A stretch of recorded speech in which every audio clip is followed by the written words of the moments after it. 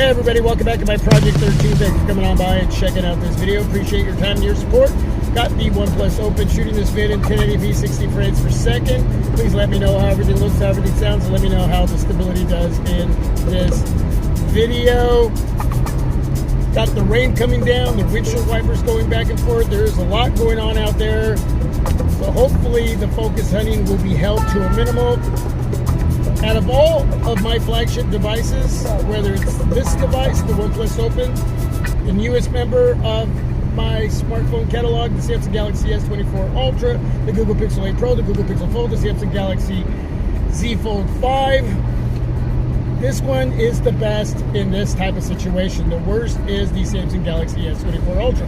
Now, I will say, ever since the update, I haven't tested that out to see if that has actually been fixed. I don't think it's completely fixed, but maybe to a certain extent it's gotten better. So I will be testing the the S24 Ultra. So what I wanted to talk about is the latest rumors, pic leaks, video leaks on the Samsung Galaxy Z Fold 6. Not that excited. Right now, when you're looking at the form factor, that is something to be excited about. The biggest bummer is that Samsung's goal with this specific device was to make it thinner. And if you're asking me, it's not about thinner. Leave it where it's at and get that S Pen in there to be housed within that foldable. And it's not going to happen, and that's very disappointing. Even though the form factor, the design is going to change, and it's following basically what the OnePlus Open is. And so is Google with their second-gen foldable. So basically, here in North America, the OnePlus Open set the standard for what a lot of us want and what OnePlus gave us. Whether you're a Samsung fanboy or a Google Pixel fanboy and gal, it doesn't matter. The OnePlus Open killed it in every possible way for me. In my opinion, it is the best foldable smartphone out there. It was the foldable of the year last year, 2023, for me. And from the design, connectivity, performance, functionality, display, speakers, all of that, battery life, you name it, it killed it. And it still is. I got my SIM card in it right now. I got tired of using my S24 Ultra. And basically, all I got for my S24 Ultra, even though it's a great flagship device, is a flat display in comparison to the S23 Ultra. It's all incremental, and if you're the average consumer, you are not going to tell the difference. You're just not. You're going to notice that, hey, you got a flat display. It's easier to install a film screen protector or a tempered glass screen protector, but outside of that, everything else, you're just not going to be blown away by the S24 Ultra in comparison to the S23 Ultra. And that's what's going to happen. Now, I can't say that for sure, but I got this just by looking at the specs, just by looking at what Samsung's given us with the Z Fold 6. Outside of that form factor, that design, everything else is going to be incremental. The cameras are going to be what you got on the S24 Ultra. But it's a shame that the focus was more on a thinner device. 11 millimeters coming from 13.4 millimeters. Leave it at 13.4 and house that S Pen, man. Blow us out of the water.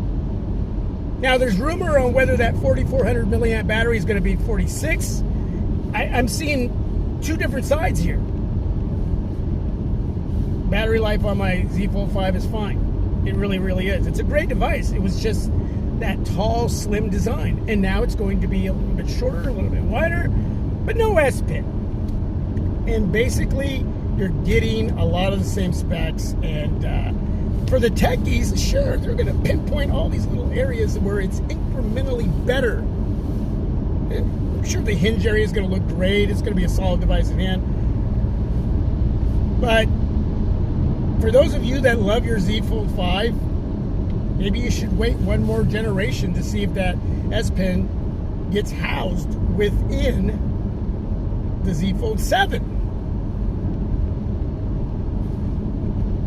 So that's where I'm kind of now. Obviously, I review smartphones. I have a YouTube channel, and I'll be trading my Z Fold 5 in for the Z Fold 6, and it's going to be mainly about that new design and how it compares to the OnePlus Open, how it compares to the Google Pixel Fold, which I'm really looking forward to the Fold 2. Now, I'm still at 50-50 with that camera island. I don't know if I like it or not, but I'm sure when it's in hand, it's probably going to look great.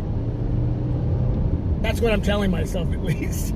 But at least Google's taking some chances here in changing their form factor more to the OnePlus Open. It's almost like these companies are admitting, hey, OnePlus, you did it right, we didn't, so this is what we're going to do. We're going to follow your footsteps, right? Yeah. So anyway, I will be trading in my Google Pixel Fold for the Google Pixel Fold 2nd Gen, and I hope that instead of 2 apps when it comes to multitasking, it's 3 apps, because that's what it should be. The multitasking software on the Z Fold 5 for me is a little messy. I really enjoy using multitasking on my OnePlus Open. They being OnePlus just did it simple. The software experience with multitasking is minimalistic. It's really easy to learn and teach somebody else and utilize what it is that you're doing with 3 different apps. It's amazing. I'm hoping that we get 3 apps for the Google Pixel Fold 2nd Gen, and it'll be interesting to see what they do, they being Google, with their multitasking software. Again, the Z Fold 6 is probably incrementally going to be a little bit different. I think you can use up to 4 apps, if I remember correctly. But yeah, as happy as I am to see the design change, when you're going into the 6th generation, that S Pen should be there. That should have been like one of the first areas to cover with the blueprint in designing the Z Fold 6. And that's just my opinion, folks. I don't know how many of you feel the same way, but this many generations in, yeah, there's just no excuse, in my opinion. But of course, Samsung's a giant company that has their reasons, right? It's little old me, in my opinion, up against their thought process when it comes to designing any smartphone. Now, wouldn't it be something if the 2nd Gen OnePlus Open comes out and you're able to utilize a pen, I'm talking about here in North America, that you can house within the OnePlus Open? I don't think it's going to happen, but wouldn't that just be amazing? Wouldn't that just be a slap in the face to Samsung and Google? Again, I don't see it happening, but that would be super cool. The difference between when you're talking about the S Pen to a stylus is being able to connect to Bluetooth, right?